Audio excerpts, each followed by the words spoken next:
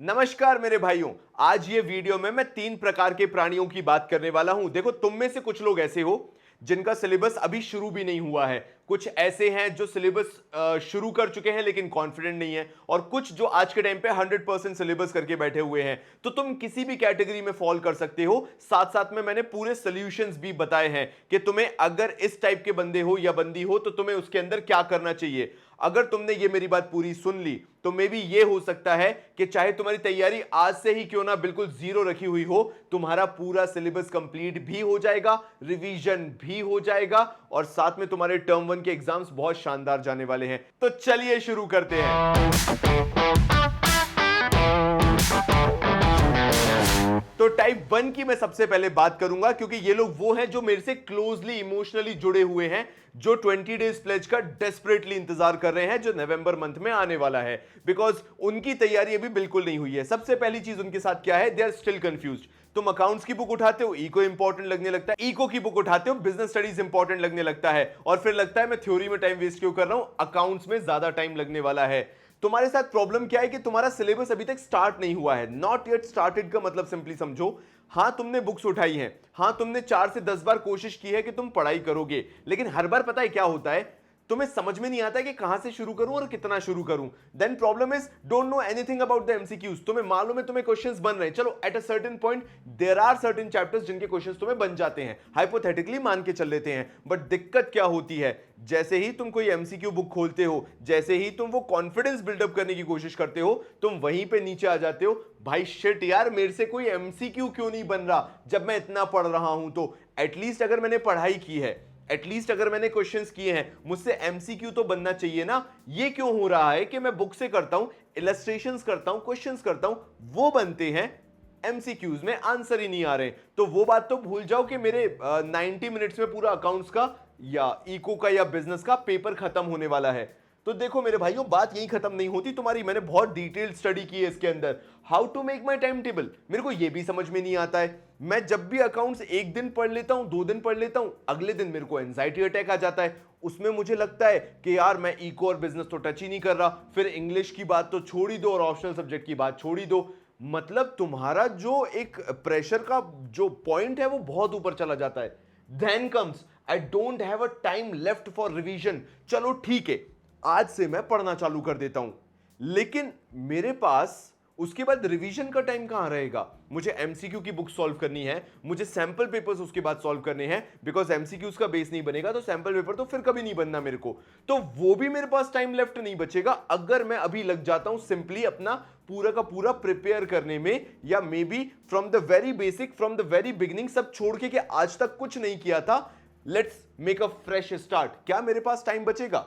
Then comes, should I solve MCQ और sample paper और just study? और finally तुम्हारा जो पढ़ाई बंद होती है ना हर दिन, वो इसी पे होती है। मैं एमसीक्यू कर लूं, नहीं बनते। मैं एक काम करता हूं, सैंपल पेपर देख लेता हूं, सीबीएसई ने भेजा था, वो भी पल्ले नहीं पड़ा। पढ़ाई करने बैठता हूं, घबराहट होना चालू हो जाती है। देखो तुम नए नहीं हो, मैं ये चीज पिछले 13 साल से देखते आ रहा हूं। मेरी पूरी अपनी मेरी जो लाइफ है ना, जो मेरी यंग एज है उसी में निकल गई।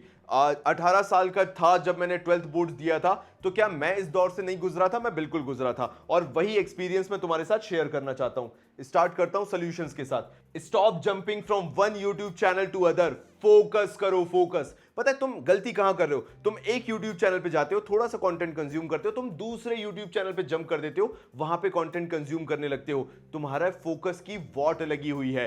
दिक्कत पता है कहां है? मैं नहीं कह रहा कि तुम कॉमर्स वापस से पढ़ो, मैं कहता हूं तुम्हें जहां अच्छा लगता है तुम वहां पढ़ सकते हो। तुम्हें बस फोकस करना पड़ेगा। तुम्हें तो अच्छा फील करना चाहिए कि इस डिजिटल वर्ल्ड में आज के टाइम पे इतने सारे कॉमर्स चैनल्स हैं जहां पे तुम जाके पढ़ सकते हो। बट तुम क्या कर रहे हो? तुम एक्सप्लोरेशन कर रहे हो, तुम एक्सप्लोर कर रहे हो, जो कि गलत है। किसी एक को अपना द्रोणाचार्य बना लो, अर्जुन बन जाओ और उसको अपना द्रोणाचार्य बना लो। पूरी प्लेलिस्ट लो, उठाओ और बिल्कुल शिद्दत से पढ़ना चालू कर दो।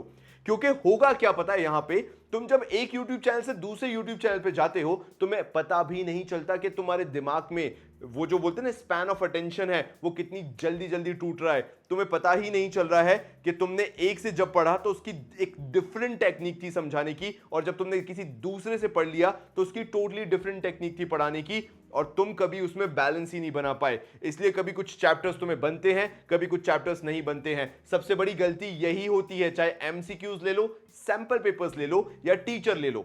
The moment you switch a particular publication house for a sample paper or MCQ, the moment you switch a teacher for studying a particular chapter, तुम वहीं पे फॉल्टर करना चालू कर जाओगे, बिकॉज सबकी टेक्निक्स डिफरेंट है। ये एक आर्ट होती है, कला होती है। अगर तुम स्विच करते रहोगे, अगर तुम्हारा कोई द्रोणाचार्य ही नहीं है, तुमने सिर्फ सर्विसेज जैसा ले लिया कि किसी से भी तो पढ़ सकता हूं, वहीं पे तुम गलत जा रहे हो, वहीं पे तुम गलती कर रहे हो। किसी से भी पढ़ो यार, जो तुम्हें अच्छा लगता है, यूट्यूबर जिसको तुम्हारे लिए आज के टाइम पे फेवरेट है, तुम उससे पढ़ो, लेकिन सिर्फ एक से पढ़ो, ये अपने आप से प्रॉमिस कर लो। और वहीं पे ये भी बात आ जाती है, तुम्हें ये समझना पड़ेगा तुम्हारे लिए आज टाइम ग्रेटर वैल्यू रखता है रादर देन मनी। तो मान लेते हैं तुम्हें कोई यूट्यूबर बहुत पसंद है और तुम्हें ऐसा लगता है यार इसके साथ दिन रात का पता नहीं चलता, जब भी मैं प्लेलिस्ट उठा के देखता हूं क्या गजब पढ़ाता है। अगर उसका कोई कोर्स है और तुम्हें लगता है कि तुम्हें उसका कोर्स लेना चाहिए, मैं जरूर बोलूंगा ले लो, because at this point of time जब तुम्हारी जीरो प्रिपरेशन है, your time values more than the money. पैसा तो बाद में भी कमा लोगे, लेकिन ये टाइम कब लेके आओगे दोबारा, जब तुम्हारा कॉन्फिडेंस ही 12th में नहीं बन पाएगा, तुम अंडर कॉन्फिडेंट रह जाओगे, स्कोर कम होगा, तुम्हारा कॉन्फिडेंस लेवल डाउन हो जाएगा, तुम्हारा ग्रेजुएशन भी वैसा ही जाएगा, जो कि मैं नहीं चाहता हूं। सो मैं यही कह रहा हूं, इट्स नॉट जस्ट कॉमर्स बाबा यार, एंडलेस नंबर ऑफ यूट्यूबर्स आज के टाइम पे यूट्यूब पे एजुकेशनल वीडियोस बना रहे हैं, जाओ उनको द्रोणाचार्य बनाओ। If you feel like a necessity, तुम्हें लगता है कि उनका कंटेंट इंटरेस्टिंग है और तुम्हें उनके कोर्स में एनरोल कराना चाहिए, do it now, so that तुम्हारा फोकस बना रहे, सो दैट तुम्हें पता है तुम्हारे जेब से पैसा निकल चुका है, खर्च हो चुका है, अब मुझे वहीं से पढ़ना है at any cost. Then comes stop solving sample papers and MCQ books. तुम्हें जरूरत नहीं है अभी। Like if you are solving any MCQ book और एनी सैंपल पेपर, अगर तुम टाइप 1 के बंदे हो, बिफोर 10th of November तुम अपने साथ दिक्कत खड़ी कर रहे हो। एक तो तुम्हें आता नहीं, ऊपर से जितना तुम सीखते उतना तुम एमसीक्यू से और सैंपल पेपर से खुद को टेस्ट करने लगते, जबकि तुम 100% तैयार ही नहीं हो। समझो इस बात को। और तुम शॉर्टकट लेने की कोशिश करते हो, अरे भाई ने एक पेज पढ़ा है, अब तो पूरी एमसीक्यू बुक सॉल्व होगी। ऐसा नहीं होता है, समझो इस बात को। You have to create a momentum. अगर मैं आज से बोलूं ना तो तुम्हारे पास अभी 25 दिन है, यानी अगर मैं 15th of October से देखूं till 10th of November, you still have that 25 days of bracket, जहां पे तुम अभी भी बहुत अच्छे से टर्म 1 को तैयार कर सकते हो, अगर तुम एमसीक्यू बुक्स और सैंपल पेपर्स को गिव अप करके कोर कंटेंट पे ध्यान देना चालू करो।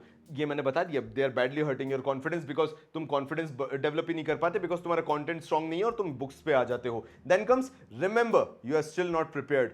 When you solve MCQ books, तुम्हें ये रियलाइज कराना बहुत जरूरी है कि एमसीक्यू बुक्स के लिए तुम्हारी 100% प्रिपरेशन होना चाहिए, not 60%, not 70%, not 90%, not even 99.9%। When you are surely confident कि मेरा 100% हो चुका है, तब तुम्हारी ये एमसीक्यू बुक्स और सैंपल पेपर्स खुलने चाहिए। यानी अगर ऐसा नहीं है, 10th of November तक सब कुछ गिव अप कर दो, मैं कुछ नहीं जानता यहां पे। जैसा मैं बोल ही चुका हूं कि लास्ट 25 डेज के लिए तुम्हारा फोकस सब कुछ है, चाहे उसके लिए फिर तुम्हें सिर्फ एक यूट्यूब चैनल पे स्टिक करना पड़े, चाहे फिर उस एक यूट्यूबर के पास जाकर तुम्हें पढ़ना पड़े, घर पे बैठ के पढ़ना पड़े, तुम्हें वही करना पड़ेगा। स्कूल टीचर पसंद है, उसके घर पे बैठ जाओ, मतलब कुछ भी कर लो, बट वहां पे मन लगना चाहिए। Then comes focus on content till 10th November, मैंने बता दिया है। अगर तुम उससे पहले अभी भी इस डिलेमा में हो और तुम अपने दोस्तों की सुनते हो, अपने टीचर्स की सुनते हो, अबे तेरा कुछ प्रिपेयर नहीं हुआ, अबे तूने कुछ नहीं किया, अबे ऐसे कैसे प्रिपरेशन हो जाएगी। The society is the worst thing India has ever got. ये सोसाइटी से घटिया चीज कोई नहीं है,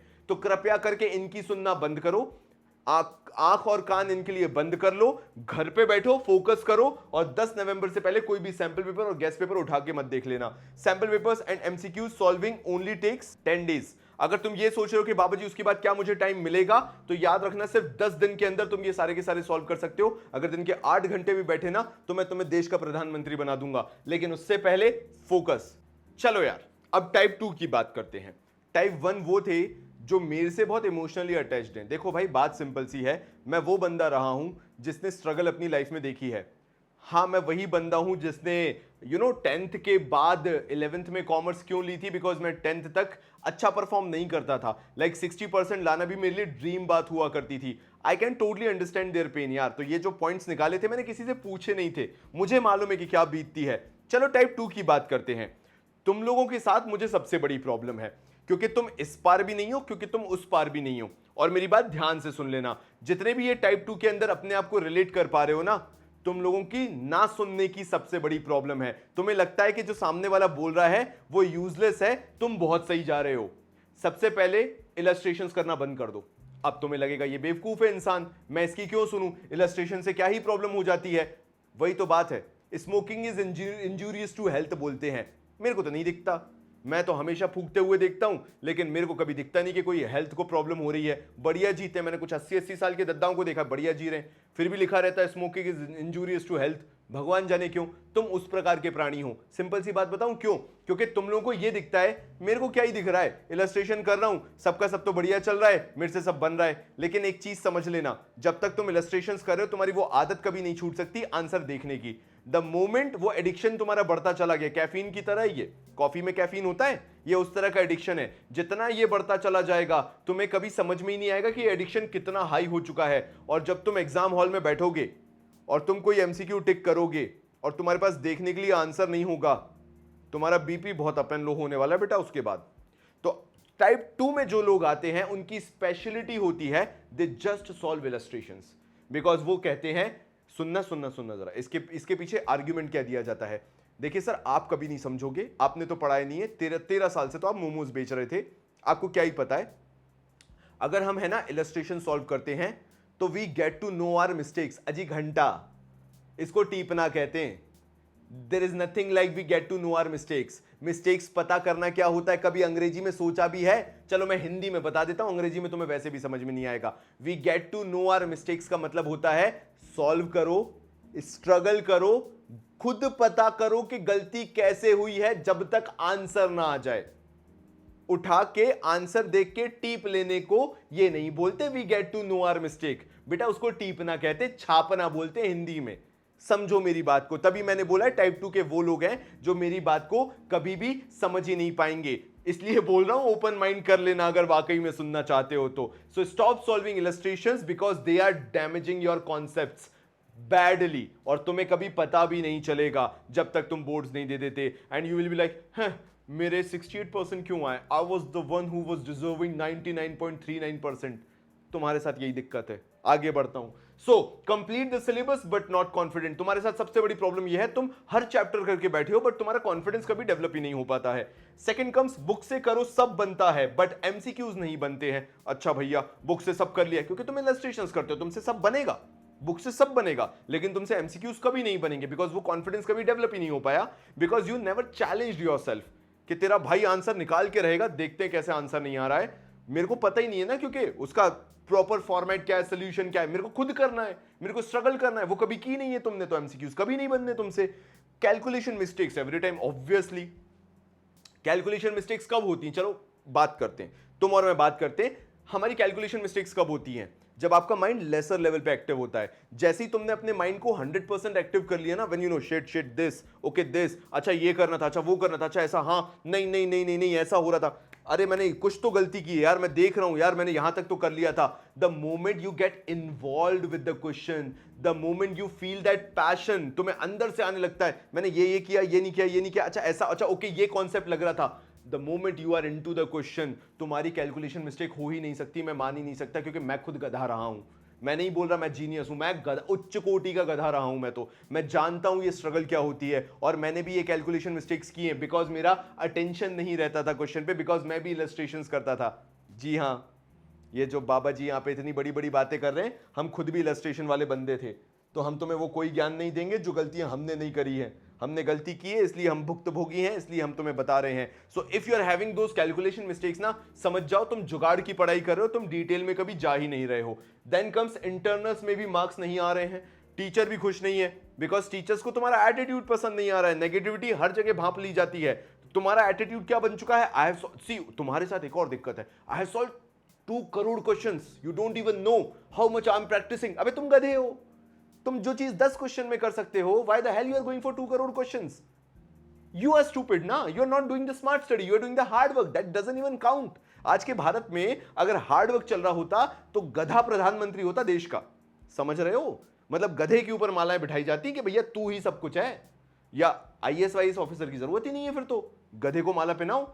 ये दिक्कत है। सो प्रॉब्लम यहां पे क्या है, you are not focusing on your core content. ये जितने भी लोग आज के टाइम पे टॉप लेवल पे बैठे हुए, तुम्हें क्या लगता है ये बिना मेहनत के बैठे होंगे? Yes, they have done the hard work, that too smartly. और वो चीज तुम्हें करना जरूरी है, तुम्हारी नेगेटिविटी को हटा के। देन कम्स फोकस नहीं बन रहा, मन भी नहीं करता अब तो क्वेश्चंस करने का, बिकॉज आंसर्स हमेशा रॉन्ग आ रहे हैं। सो अगेन मैंने पूरा सेंटर्ड तुम्हें बता दिया कि ये सब क्यों होता है तुम्हारे साथ, फोकस क्यों नहीं बन रहा है, because you never try to that context. अपना माइंड चेंज करो, एक फ्रेश अप्रोच लेके आओ, एटीट्यूड में चेंज लेके आओ, और देखना कल से तुम एक नए इंसान होगे।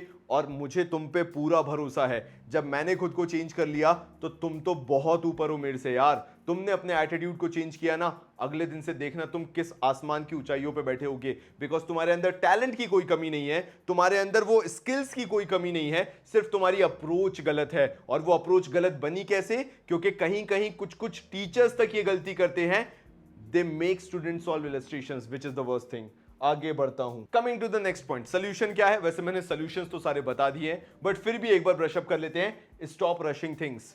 तुम्हारा काम चैप्टर्स पे चैप्टर्स पे चैप्टर्स पे चैप्टर्स कंप्लीट करना नहीं है। इफ यू से बिफोर 10th ऑफ नवंबर तुम्हारा सिलेबस कंप्लीट हो गया है, तुमने अप्रोच ही गलत रखी थी इसलिए तुम्हारा सिलेबस कंप्लीट हो गया है। The most stupid argument I have heard ना, कि मेरे सारे चैप्टर्स हो चुके हैं, मेरा सारा सिलेबस हो चुका है। मैंने पूछा महीना कौन सा चल रहा है? उसका एडमिशन हुआ था मार्च में, उसका अप्रैल के महीने में पूरा सिलेबस कंप्लीट हो गया। अबे ऐसे नहीं होता है। अगर टाइम फ्रेम दिया गया है तो that time frame mean something.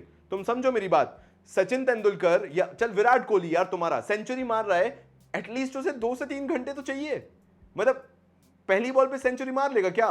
मतलब 4 बॉल खेली, आज से तेरा भाई सेंचुरी मार के बैठा है, कैसे वो हो गई? ऐसा पॉसिबल ही नहीं है। टाइम जो लगना चाहिए वो लगेगा। So stop rushing things. अगर तुम्हें ये लगता है you have completed the syllabus and अभी 10 नवंबर नहीं आई है, ये वीडियो 10 नवंबर को पब्लिश नहीं हो रहा है, तुम्हारा सिलेबस कंप्लीट है, तुम गलत जा रहे हो। सिलेबस कंप्लीट होना ही नहीं चाहिए था। और जिन कोचिंग सेंटर्स ने करा दिया है, समझ जाओ फिर क्या है। मैं किसी को बुरा नहीं बोल सकता, मेरा कोई हक नहीं है, लेकिन मैं तुम्हारे लिए तो स्टैंड ले सकता हूं, वही ले रहा हूं।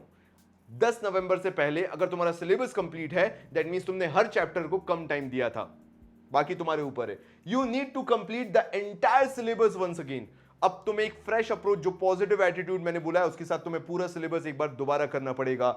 स्ट्रैटेजी को नेम दो, वन मोर पुश। कॉपी पे हेडिंग डाल देना, बाबा जी ने बोला है मैं अपनी पढ़ाई को एक नेक्स्ट पुश देने वाला हूं और मैं दोबारा से इस चीज को करूंगा।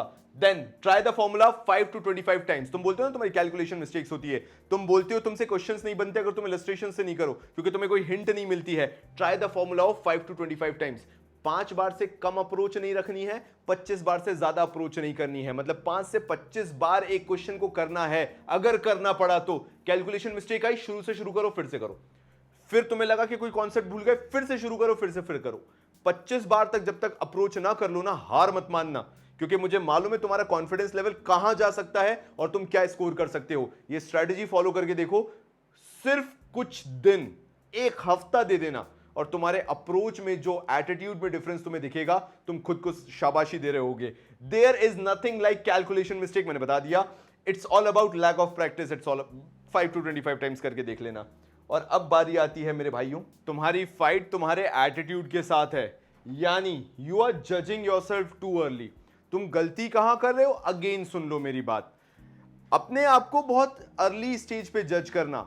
Just solving certain things and finding out यार तेरे भाई को सब बनता है, चेंज करना है उसको। मेरे भाई, अपन को एक डिफरेंट यूनिक पर्सपेक्टिव लेके आना है अपनी स्टडीज को लेके। Not the right time for confidence breakdown.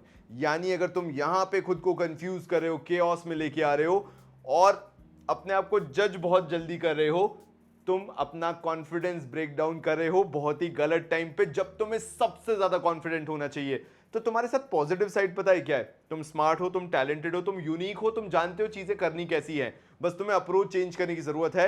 And with in these 25 days तुम अपने अंदर एक बहुत ही अलग अप्रोच देखोगे, एक एटीट्यूड देखोगे, और उसके बाद तुम कोई भी सैंपल पेपर उठा लेना, जस्ट 10th ऑफ नवंबर तक अपने आप को टाइम दो, उसके बाद तुम्हें सब कुछ बनेगा। आखिरी टाइप के लोगों से बात कर लें। ये लोग काफी लिमिटेड हैं हमारे भारत में, बहुत ही कम प्रजाति है इनकी, लेकिन ये जितने भी सारे लोग हैं ना, इनको भी एक ना एक कहीं एडवाइस की थोड़ी सी जरूरत है जो मुझे लगती है। सबसे पहले इनका सिलेबस पूरा कंप्लीट हो चुका है and they are quite confident about this syllabus. Solve कर लिए इन्होंने एमसीक्यूज जितने भी दिए थे या जो भी इनके पास अवेलेबल थे, and they are going good, they are going quite good. Solve sample papers as well and everything is going fine. उसके साथ भी सब बढ़िया चल रहा है, सैंपल पेपर करने के बाद भी इनको सब कुछ बहुत अच्छा लग रहा है, दे आर फीलिंग लाइक इनको सब कुछ आता है। Just looking out a best strategy to score above 95%। इनको सिर्फ एक चीज चाहिए कि ये 95% अबव का मार्क एमसीक्यू वाले टर्म 1 में कैसे अचीव कर सकते हैं। तो मेरे भाइयों, तुम्हारे लिए है ना मेरे पास बहुत लिमिटेड एडवाइस है। Number 1, don't fall in the trap of 1000 books. सबसे बड़ी गलती तुम यहीं पे करते हो। तुम क्या करने लगते हो? एज सून एज तुम्हें चीजें बनने लगती हैं, एज सून एज तुम बिल्कुल सही डायरेक्शन में जाते रहते हो, जब तुम्हें लगता है कि यार अब तो सब कुछ आ गया, तुम उस ट्रैप में फॉल होना चालू हो जाते हो, जहां पे कई जगह पे एमसीक्यूज की सीरीज चलाई जा रही है और वहां पे वो क्वेश्चन सॉल्व करवाए जा रहे हैं जो दूर दूर तक किसी भी एग्जाम में नहीं पूछे जाएंगे, ना टर्म 1 में, ना यूपीएससी के एग्जाम में। बट अगेन तुम वो क्वेश्चंस देखते हो and you feel like you still need practice, और तुम वो एमसीक्यू सीरीज का पार्ट बन जाते हो। Just don't fall into that trap. या कुछ ऐसी सब स्टैंडर्ड पब्लिशर्स की बुक्स लेकर जो मुझे ऑनेस्टली पसंद नहीं है, बिकॉज जैसे तुम पढ़ रहे हो इन बुक्स से मैं भी पढ़ चुका हूं, I won't take names, but उन बुक्स को उठाते हो and you feel difficulty level at that context, जबकि इस टर्म 1 में ऑनेस्टली स्पीकिंग कोई डिफिकल्टी लेवल नहीं है। सब चीजें तुम्हें इस टर्म 1 में बहुत आसानी से बननी चाहिए, but you still find out कि यार ये डिफिकल्ट है, ये कर लेते हैं, एंड तुम वहां पे एक्स्ट्रा माइल चले गए जो कि तुम्हें जाना नहीं था। Trust your content. जो तुमने पढ़ा है अभी तक, जो तैयारी की है और जो भी चीजें करने के बाद तुम्हें सारी चीजें बन रही हैं, उसको ट्रस्ट करो, ना कि कोई नई चीज देख के डरने लगो या गलतफहमी में चले जाओ, शिट ये भी तो आ सकता है। वो कभी नहीं आएगा, वो सिर्फ एक स्ट्रैटेजी है तुम्हें मैनिपुलेट करने की। Don't overdo things. जैसा मैंने बोला, कभी भी कोशिश मत करना कि तुम चीजें ओवरडू कर लो। याद रखना, 95% दिलाना बहुत आसान है, बिलीव मी, मैंने हजारों बच्चों को दिला दिए इस 13 साल की जर्नी में। बट दिक्कत पता है कहां होती है? 95% एंड अबव, वहां पे बच्चे फिल्टर होना चालू होते हैं कि उनका फोकस कितना था, कि उन्होंने किस लेवल पे पढ़ाई की थी। और जब भी मैं 95% एंड अबव वाले बच्चों को पढ़ाना चालू करता हूं, मैं उन्हें बहुत सिलेक्टेड कंटेंट देता हूं, इतना पढ़ लो बस, इसके बाहर से नहीं आएगा। And all they have to do after that is trust me. एंड वो मुझे ट्रस्ट करते हैं, वो सिर्फ वो सिलेक्टेड कंटेंट पे काम करते हैं। 50 पेजेस इंस्टेड ऑफ 5000 पेजेस पे, उन 50 पेजेस से they score above 95% very easily. Make sure you trust your instincts. जो तुम्हारे इंस्टिंक्ट्स आते हैं ना, यार ये मुझे अननेसेसरी लग रहा है, यार ये चीज देख के लगता नहीं है ये आएगा बोर्ड्स में, लाइक क्योंकि तुम वो इंसान हो जो ऑलरेडी टॉपर्स की कैटेगरी में आ रहे हो, तो तुम्हारा इंस्टिंक्ट सबसे पावरफुल वेपन है तुम्हारे पास। सो तुम्हें अगर लगता है यार ये चीजें जो है ना ये ओवर लग रही है, लाइक ओवरडन लग रही है, मुझे ऐसा लग रहा है ये ज्यादा कर रहे हैं, ऐसी चीजें पूछी नहीं जाती हैं, like I have not seen anywhere, बस इनके चैनल पे मेरे को दिख रहा है, वो चीज करना बंद कर दो। Your target is greater than 95%। तुम्हारा टारगेट है 95% से ऊपर जाना, not the completion of all books available in the market. तुम गलती कहां कर जाते हो? तुम्हें लगता है let's do all the books in the market. ना ना ना ना ना, let's do all the content available in the market. गलत। तुम्हारा टारगेट क्या है? 95% अबव जाना। वो तुम इन सब के बिना भी जा सकते हो। रणनीतियां बहुत प्रिसाइज होती हैं, स्ट्रैटेजीज जिनको हम बोलते हैं, ना कि रायती की तरह फैली हुई। रायती की तरह गलतियां होती हैं जो फैला देते हैं हम।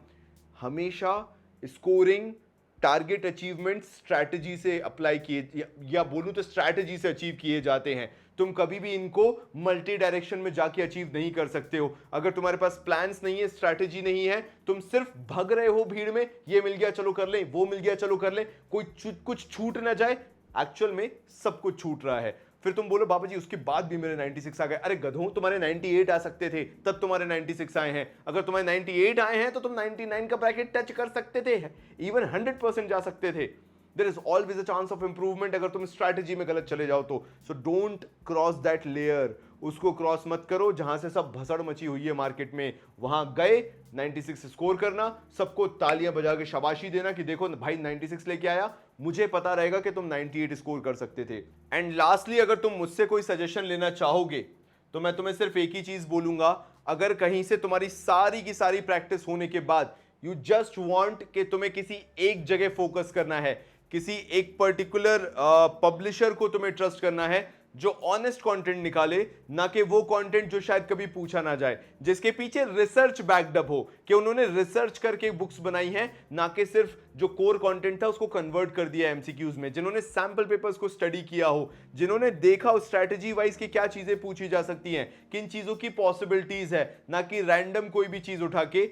अगर तुम्हारे कॉन्सेप्ट्स क्लियर हैं, अगर तुमने डिटेल में पढ़ाई की है, अगर तुमने सोच के चला है कि जो बोर्ड्स में आएगा मुझे वो पढ़ना है, ना कि सब पढ़ना है, तो मैं तुम्हें बहुत अच्छी जगह बता सकता हूं, that is Oswal 360।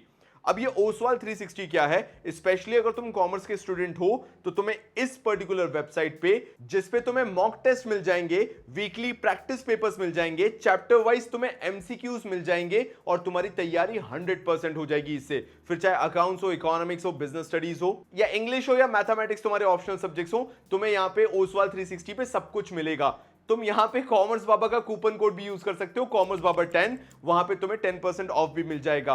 But believe me, अगर मैं किसी ब्रांड के साथ आता हूं तो वो ब्रांड स्ट्रांग होना उतना ही जरूरी है। तो अगर मैंने इसको रिकमेंड किया है तो there is a proper reason, क्योंकि इनकी अपनी रिसर्च है इसके ऊपर। ये वेबसाइट ओवरनाइट तैयार नहीं हो गई है, इस वेबसाइट के पीछे 3 से 4 महीने का रिसर्च लगा है। मतलब जब से ये न्यूज आई थी कि पेपर एमसीक्यू बेस्ड होंगे, तब से इसके ऊपर रिसर्च की जा रही थी और वो क्वेश्चंस तैयार किए जा रहे थे, ऑनेस्ट फीडबैक्स गए हैं इसके ऊपर, सीबीएसई के सैंपल पेपर को थोरोली स्टडी किया गया है, पिछले पास्ट 10 इयर्स के पेपर्स को पैटर्न के बेसिस पे देखा गया है कि क्या क्या पूछा गया है, स्पेशली 2013 के बाद जो पैटर्न फॉलो हुआ है उसको ज्यादा फॉलो अप किया गया है और देखा गया है कि उसके हिसाब से इस साल बोर्ड्स क्या क्या पूछ सकता है, कितना एवरेज रख सकता है पेपर, कितना इजी और कितना डिफिकल्ट रख सकता है। तो तुम जब ओसवाल 360 पे जाओगे तो तुम्हें उसकी एक अलग ही यूनिकनेस मिलेगी, एट द सेम टाइम तुम्हें वो ब्रांड वैल्यू दिखेगी वहां पे कि जो भी कंटेंट प्रिपेयर किया गया है उसके पीछे प्रॉपर थॉट दिया गया है, ना कि चीजें उठा के बस एक जगह पे डाल दी गई हैं। तो मेरे भाइयों,